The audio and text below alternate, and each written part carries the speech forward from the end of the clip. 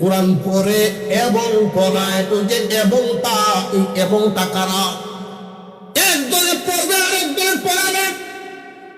এবং এই এবং এর অর্থ হলো একটা দল যুগ ধরে জমিনে জিন্দা থাকে, যাদের রক্তের সম্পর্কের কারণে, আত্মীয়তার সম্পর্কের কারণে, মনের মহব্বতের কারণে আল্লাহর কালাম পড়ানোর জায়গাগুলো যেমন এক জায়গা, নিজের জায়গায় বাবার রেখে দেওয়া সম্পদ, জমিন, বাগান বানাই নাই, ধান ক্ষেত বানায় নাই, মিল ফ্যাক্টরি বানায় নাই, এই হালাল সম্পদটা মাদ্রাসার ঘর বানানোর জন্য দেওয়া যায়। এমন কুরবানিওয়ালা উম্মত আছে না নাই? জমি দিয়ে দিছে মাদ্রাসার ঘর বানানোর জন্য, নিজের কষ্ট উপার্জন করা হালাল মাল ওই কোরআন পড়া এবং পড়ানোর কাজে দান করে দেয়। এই মানুষগুলোর ব্যাপারে উলামায়ে কেরাম ওই দিন বলবে, আল্লাহ, যদিও আমরা পড়েছি, পড়াইছি, কিন্তু মাঝখানে পড়ানোর কাজের জিম্মাদারি নিয়েছেন কমিটির মধ্যে ছিল যারা, এলাকাবাসী ছিল যারা, নিজেদের কাঁধে উঠাইয়া নিঃস্বার্থ আজকের দিনে বাঁচার আশায় করছিল না, আজকের এই মুসিবতের দিনে বাঁচবার আশায় করেছিল। সাথে সাথে আল্লাহর কালাম বলতে থাকবে, আল্লাহ এদের মাফ করে দাও, আল্লাহ এদের মাফ করে দাও। আল্লাহ বলবেন, এদের তো অনেক বড় বড় গুনাহ রে, অনেক বড় বড় অন্যায়। আল্লাহর কালাম বলতে থাকবে, এদের বড় বড় অন্যায় দেখেই সুপারিশ করতেছি, অন্যায় যদি না থাকতো সুপারিশও না লাগতো। অন্যায় আছে, তুমি মাফ করে দাও। আল্লাহ বলবেন, কেমনে মাফ করি, অনেক বড় বড় গুনাহ করছে, আমার হুকুম অমান্য করেছে। আল্লাহ কালাম বলবে, সে পর্যন্ত তুমি যদি মাফ না করো, আমি যে তোমার কালাম অস্বীকার করো। তুমি যদি এদেরকে মাফ না করো, আমি যে তোমার কালাম অস্বীকার করো সন্ন্যাসীর সামনে।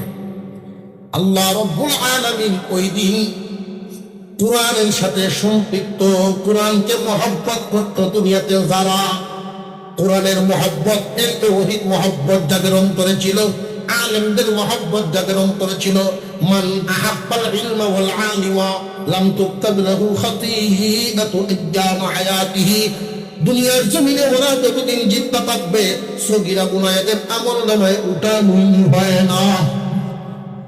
তাদের বংশধরের মধ্যে আল্লাহ নিয়ামত দান করবে। ইলম এবং আলেমদের মহব্বত করার কারণে আল্লাহ রব্বুল আলামিন ইমানের সাথে মত দিবেন, ইমানের সাথে মৃত্যু দিবেন। ইলম এবং আলেমকে মহব্বত করার কারণে হাসরের মাঠে ওই ময়দানে সুপারিশ গ্রহণ হয়ে যাবে। আল্লাহ ঘোষণা করে দিবেন, আমার বান্দা বান্দীরা রে, যারা ইলম এবং আলেমদেরকে মহব্বত করতে, যার যার হালত থেকে তৌফিক অনুযায়ী সাহায্য করিয়া যাইতে, আল্লাহর দ্বীন কায়েম থাকার জন্য যে যা সহযোগিতা করত, আজকে এই উসিলায় আমি ক্ষমা ঘোষণা করলাম। আল্লাহ বলেন, তোমরা কোরআনকে, আল্লাহ রশিকে শক্ত করে ধরো, কোরআনের মহব্বত যেন অন্তরে থাকে, কোরআন ওয়ালাদের মহব্বত যেন থাকে। আপনারা জানেন, দৌলতপুর চাঙ্গো মাদ্রাসা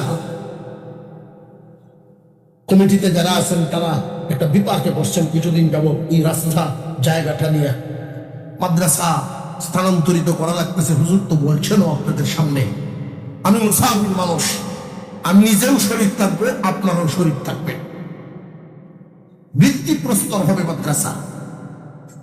কিছু কিছু কাজ, কিছু কিছু দান স্থায়ীভাবে থাকতেই থাকে, চলতেই থাকে।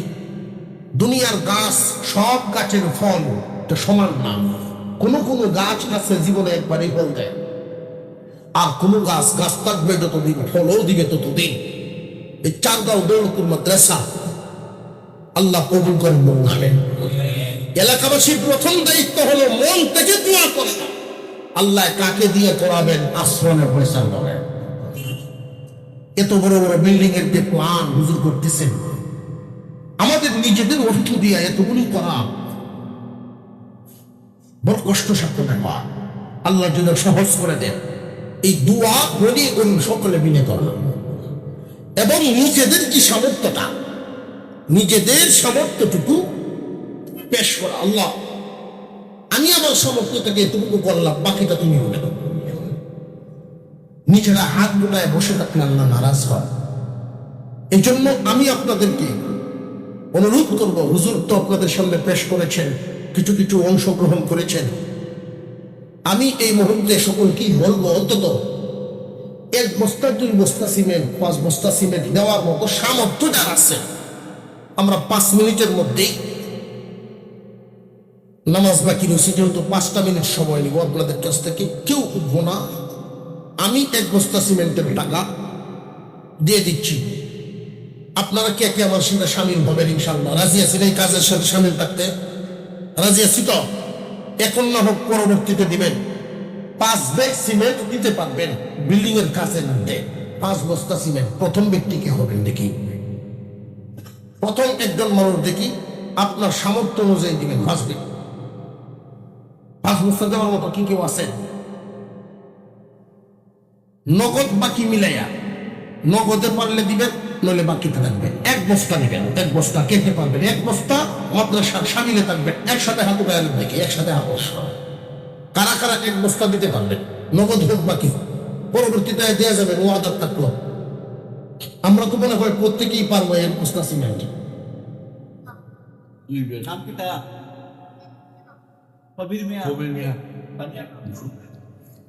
আলহামদুলিল্লাহ, এক ভাই নগদ পাঠায় দিচ্ছেন, কিছু ছাত্র মাঝখানে পাঠায় দিলে রুমাল দিয়া। চেষ্টা করবো 1টা বস্তার পয়সা দেওয়ার জন্য। ওই যে আরেক ভাই 2 বস্তা লেখে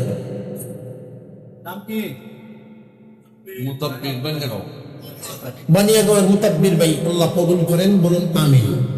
আমরা সকলেই বলি আমিন। মাদ্রাসার কাজ সম্পূর্ণ হবে ইনশাআল্লাহ, আপনারা দেখবেন ইনশাআল্লাহ আল্লাহ সহজ করে দিবেন, শুধু দোয়াটা করে দিবেন। আমরা 1 বস্তা সিমেন্টের পয়সা যদি নগদ দিতে পারি দিয়ে দিবেন, আর নইলে নিয়ত করেন মনে মনে দিব, নিয়ম করেন।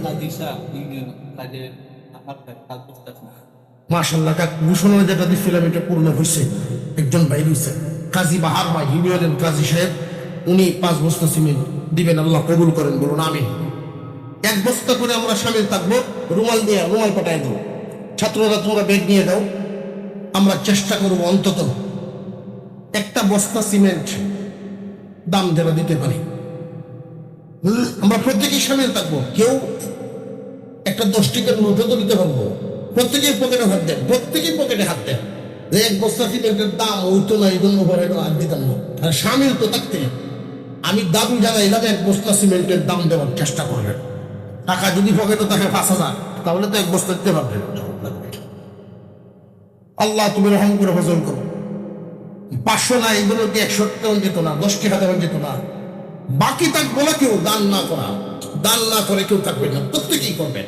দানের হাত, দানের পরিবেশ হইলে দান করে তখন দেখে থেকে ওঠা।